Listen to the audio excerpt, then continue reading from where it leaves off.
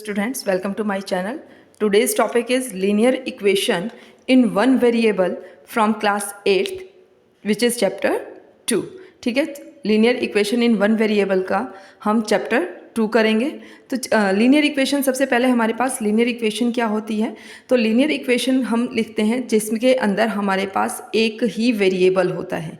Linear equation in one variable में हमारे पास linear equation होती है. लीनियर इक्वेशन हम लिखते हैं इस फॉर्म में, means y equals to a x plus B.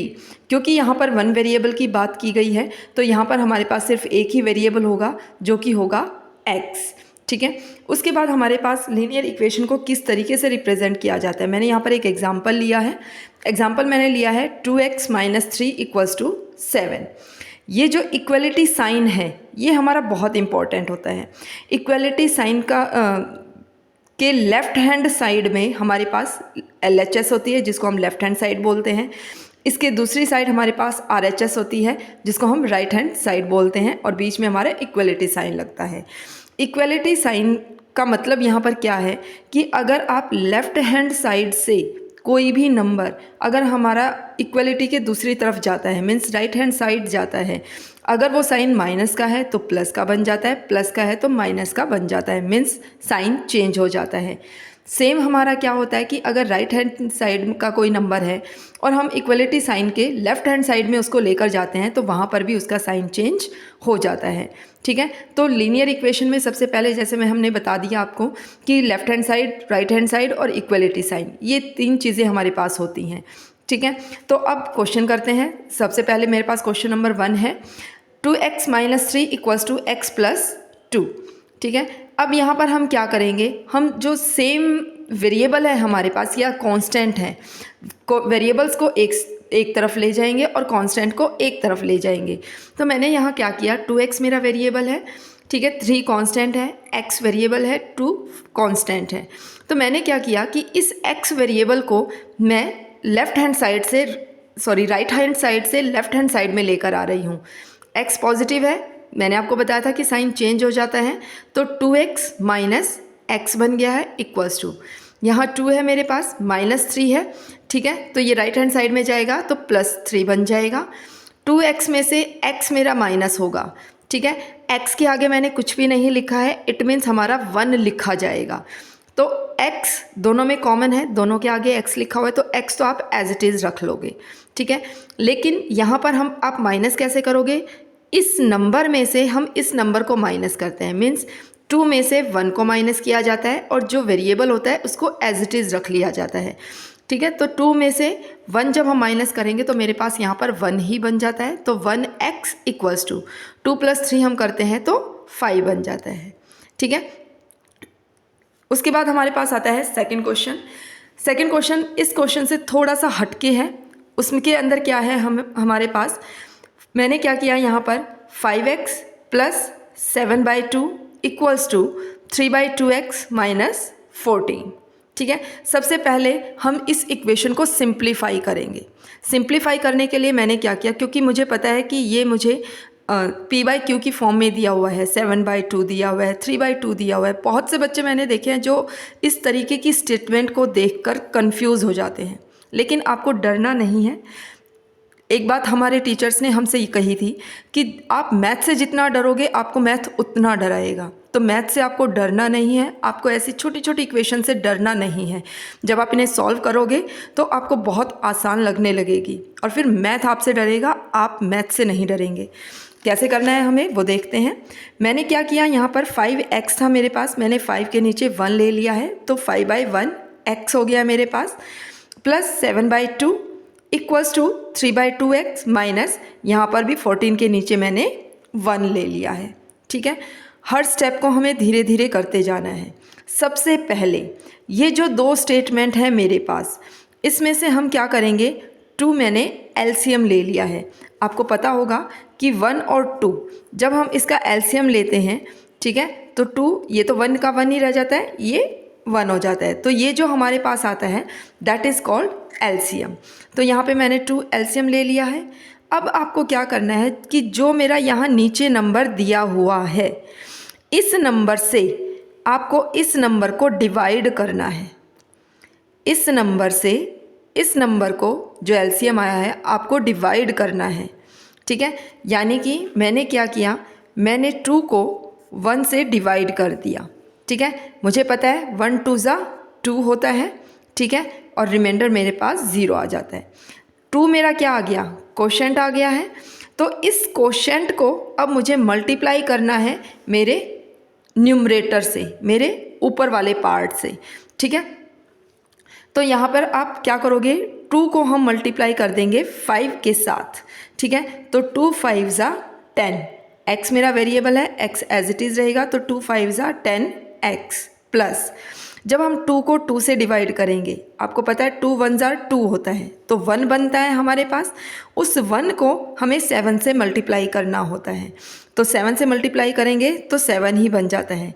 तो ये मेरे पास आ जाता है 10x प्लस 7 डिवाइडेड बाय में 2 इक्वल्स टू, अब यहाँ पर फिर से 2 और 1 मुझे दिए हुए हैं, मैंने एलसीएम ले लिया है 2 को 2 से डिवाइड करेंगे 1 आएगा, उस 1 को 3 से मल्टीप्लाई कर देंगे तो 3x बन जाएगा, माइनस 1 को 2 से डिवाइड करेंगे 2 आता है, 1 से 2 को डिवाइड करेंगे तो मेरे पास क्या आता है 2 आता है, और 14 2 ज़ा क्या बनता है मेरे पास 28, 14 2 ज़ा क्या बनता है मेरे पास 28, ठीक है।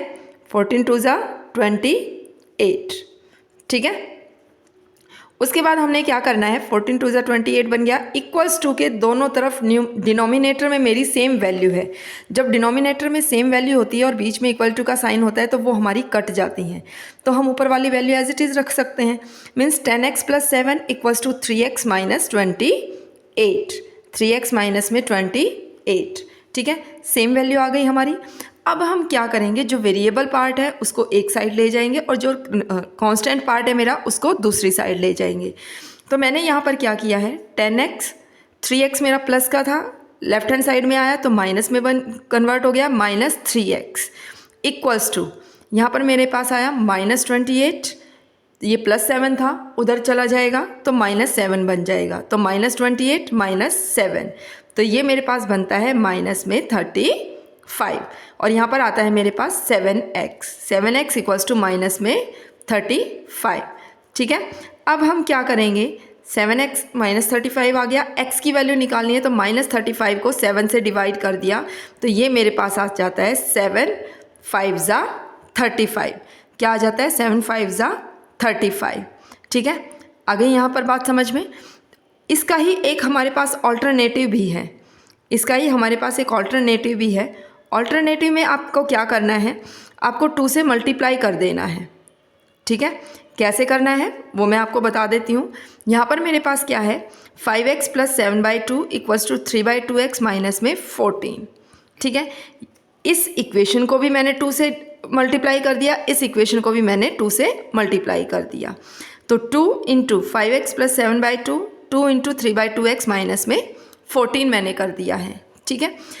अब क्या करेंगे, हम इस 2 को अंदर मल्टीप्लाई करेंगे, ठीक है। मैंने लिखा 2 5 ज़ा 10x प्लस 2 इंटू मल्टीप्लाई कर रहे हैं तो 2 इंटू 7/2, 2 से 2 कैंसिल हो जाता है, ठीक है, इक्वल्स टू ऐसे यहाँ पर करेंगे 2 इंटू 3/2x माइनस में 14 को 2 से मल्टीप्लाई करेंगे तो माइनस के 28 मेरे पास बन जाते हैं, ठीक है। अब यहाँ पर मेरे पास आया 10x प्लस 2 से 2 कैंसिल हो गया तो 10x प्लस 7 इक्वल्स टू, यहाँ 2 से 2 कैंसिल हो गया तो मेरे पास आ गया 3x माइनस में 28, मेरे पास यहाँ पर आ गया है 10x plus 7 equals to 3x minus में 28। अब वेरिएबल पार्ट को एक साइड ले जाएंगे हम, तो वेरिएबल पार्ट को हम लेफ्ट हैंड साइड में ले आए हैं, तो 10x minus 3x equals to minus 28 minus 7, ठीक है, माइनस 28 माइनस 7, तो 10x minus 3x means 7x बन गया, और ये हमारे पास आ गया माइनस में 35, तो x की वैल्यू हमारी आ गई है माइनस 35 डिवाइडेड बाय में 7, कट करेंगे तो वैल्यू आ जाती है -5, ठीक है। तो ये हमारे पास आ जाता है लीनियर इक्वेशन। एक और टाइप आती है हमारे पास लीनियर इक्वेशन के क्वेश्चंस को सॉल्व करने के लिए। मेरे पास क्या आया, क्वेश्चन नंबर 3 हम देखते हैं, x equals to 4/5 x plus 10, x equals to 4/5 x plus 10, क्या मैं यहाँ पर x/1 लिख सकती हूँ? ठीक है, तो मैंने यहाँ पर x/1 लिख लिया है। यहाँ मेरे पास आ गया है 4/5।